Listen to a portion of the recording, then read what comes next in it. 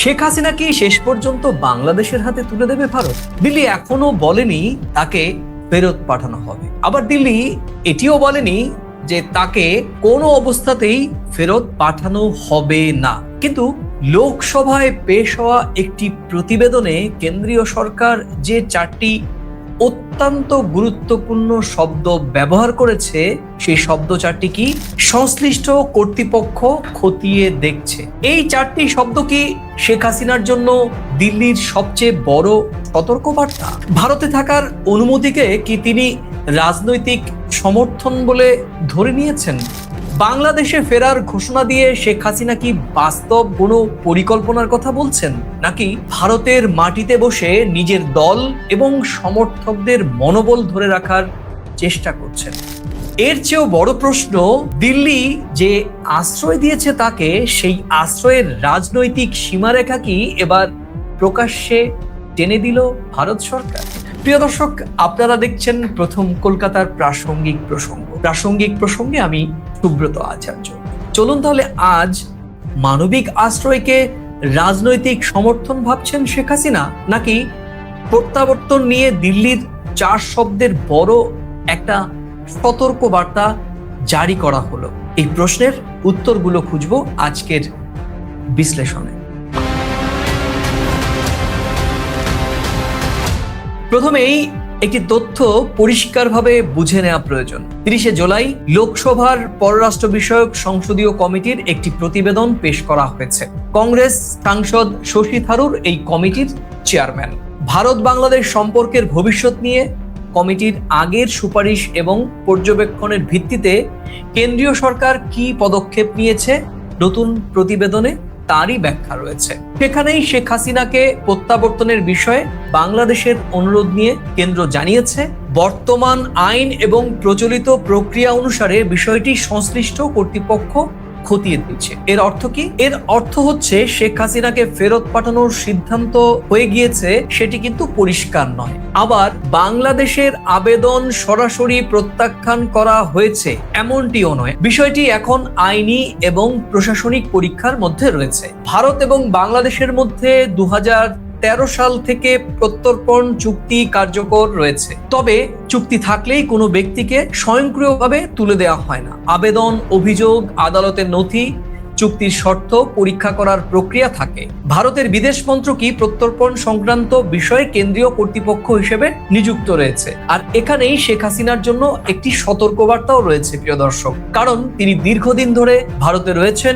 সাম্প্রতিক সময়ে তার নামে একাধিক রাজনৈতিক বক্তব্য এসেছে, সংবাদ মাধ্যমে সাক্ষাৎকার প্রকাশিত হয়েছে, তিনি বাংলাদেশে ফিরে যাওয়ার ইচ্ছের কথাও বলেছেন। কিন্তু ভারত সরকারের সংসদীয় কমিটি জানিয়েছে, শেখ হাসিনাকে ভারতীয় ভূখণ্ড ব্যবহার করে কোনো রাজনৈতিক কর্মকাণ্ড পরিচালনার সুযোগ দেওয়া হয়নি। ভারত তার অবস্থানকে রাজনৈতিক অংশীদারিত্ব হিসেবে নয়, বরং মানবিক আশ্রয়ের ঐতিহ্যের হিসেবেই দেখে চলেছে এবং দেখছে। সংসদীয় কমিটি আরো বলেছে, চরম সংকট বা অস্তিত্বের হুমকির মধ্যে থাকা ব্যক্তিদের আশ্রয় দেওয়া ভারতের মানবিক এবং সভ্যতাগত মূল্যবোধের অংশ। আর এই জায়গাতেই অত্যন্ত গুরুত্বপূর্ণ হিসেবে মনে করা হচ্ছে। আশ্রয় এবং রাজনৈতিক সমর্থন এক বিষয় নয়। ভারত শেখ হাসিনাকে থাকতে দিয়েছে, কিন্তু ভারত কি তার ক্ষমতায় ফেরার পরিকল্পনাকে সমর্থন করছে?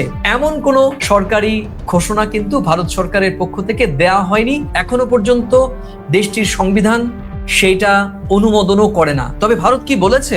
বাংলাদেশের বর্তমান সরকারের পরিবর্তে তারা শেখ হাসিনাকেই বৈধ রাজনৈতিক প্রতিনিধি হিসেবে মনে করে না।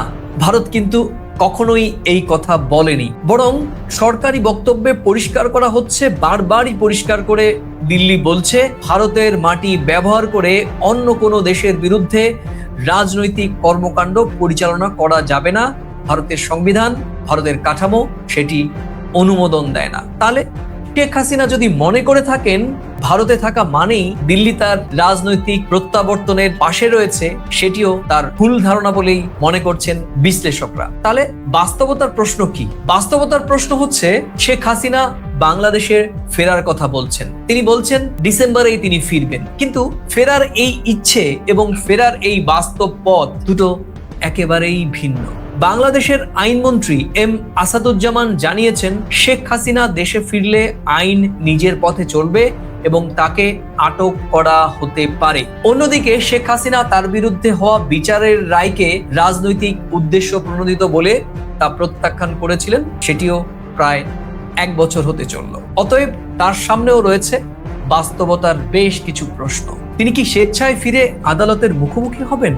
তিনি কি ভারতের সিদ্ধান্তের অপেক্ষায় থাকবেন, নাকি দেশে ফেরার ঘোষণা শুধু তার রাজনৈতিক বার্তা হিসেবেই ফেসবুকে বিভিন্ন গণমাধ্যমে ঘুরে বেড়াবে? প্রথম কলকাতা আগেই বলেছিল যে তারিখ ঘোষণা করলেই দেশে ফেরা যায়, এমনটি হয়তো নাও হতে পারে। ফিরতে হলে শেখ হাসিনাকে আইনি পথেই ফিরতে হবে। নিরাপত্তার নিশ্চয়তা তাকে পেতে হবে। দলের সাংগঠনিক শক্তির যে আভাস, সেটিও তার সামনে দৃশ্যমান হতে হবে। এবং সবচেয়ে যে বড় প্রয়োজন, সেটি হচ্ছে বাংলাদেশের মাটিতে বাস্তব রাজনৈতিক গ্রহণযোগ্যতা। এখন প্রশ্ন, এই 4টির মধ্যে কতটি শেখ হাসিনার হাতে রয়েছে? আর এখানে বেশ কিছু সমালোচনার জায়গাও রয়েছে প্রিয় দর্শক। সেটি কি, শেখ হাসিনার সবচেয়ে বড় রাজনৈতিক সমস্যা শুধু তার বিরুদ্ধে হওয়া মামলা কিংবা সাজা নয়। সবচেয়ে বড় সমস্যা হচ্ছে ক্ষমতাচ্যুত হওয়ার কারণ নিয়ে তার বক্তব্যে এখনো যথেষ্ট আত্মসমালোচনা দেখা যাচ্ছে না। তার বক্তব্যে ষড়যন্ত্রের কথা বারবার বলা হয়েছে, বিরোধীদের বিরুদ্ধে ঢালাও অভিযোগ রয়েছে, তাকে ক্ষমতা থেকে সরানোর পরিকল্পনার কথাও স্পষ্ট করে তিনি দাবি তুলেছেন। কিন্তু দীর্ঘ শাসনকালে বিরোধী রাজনীতির পরিসর কেন তার সময় সংকুচিত হয়েছিল? তরুণদের ক্ষোভ এত বড় ছাত্র জনতার আন্দোলনে পরিণত হলো, সেটি বা কেন? প্রশাসন, ক্ষমতাসীন দলের বিরুদ্ধে ওঠা এই সব অভিযোগগুলোর রাজনৈতিক দায় আসলে কার? এই প্রশ্নগুলোর স্পষ্ট উত্তর শেখ হাসিনার কাছ থেকে কোনো পাওয়া যায়নি। আর এখানে আরো একটি বিষয় পরিষ্কার করে বলা দরকার প্রিয় দর্শক, শেখ হাসিনার শাসনের সমালোচনা করা এবং তার বিরুদ্ধে হওয়া প্রতিটি বিচারকে প্রশ্নহীনভাবে সঠিক বলে মেনে নেওয়া এক কথা নয়। বিচারকে স্বচ্ছ হতে হবে, অভিযুক্তকে আত্মপক্ষ সমর্থনের সুযোগও নিশ্চিত করতে হবে। রাজনৈতিক প্রতিশোধ ও ন্যায় বিচারের মধ্যে পরিষ্কার সীমারেখা, সেটাও থাকতে হবে।